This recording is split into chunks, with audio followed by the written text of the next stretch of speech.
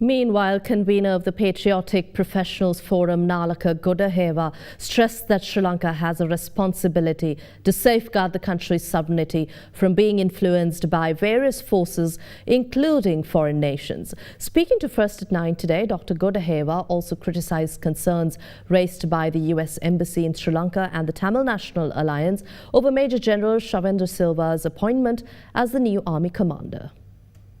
The tweet sent by the American embassy here criticizing the appointment of the commander of the army.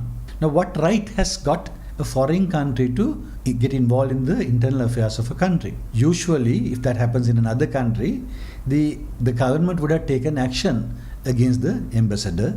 President Premadasa in 1991, for example, expelled British High Commissioner from Sri Lanka for interfering into Sri Lanka's affairs. We saw a similar situation in 2009 when President Mahinda Rajapaksa told the foreign ministers of France and UK, Mr. Bernard Kouchner and Mr. David Miliband, he said, "I'm the leader of a sovereign country and I execute only the will of my people." That is how our leaders have acted in the past. It is ridiculous that the US Embassy is citing the United Nations Human Rights Council reports as credible evidence. Now, it is the very USA that withdrew from the Human Rights Council in January 2018, saying that UNHRC is a biased organization.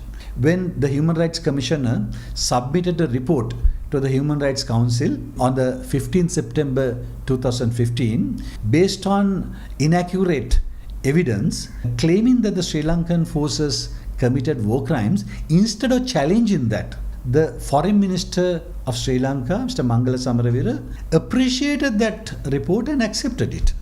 So today, when American ambassador uses that arguments against Sri Lanka, in a way, we have to blame only the Sri Lankan government for discrediting our security forces. We also saw Mr. Sumandiran, the deputy leader of TNA, tweeting saying that it's an insult to the Tamil community that General Shavendra Silva has been appointed as the commander. We wonder, where was Mr. Sumandiran and his TNA bosses when LTT was holding more than 290,000 innocent Tamil civilians as a human shield during the last phases of the war? So when Mr. Sumandiran says the appointment of Lieutenant General Shavendra Silva to Army Commander position is an insult to the Tamil people, I have to say it is you, sir, who has forgotten the fact that these people saved your people, your brothers and sisters.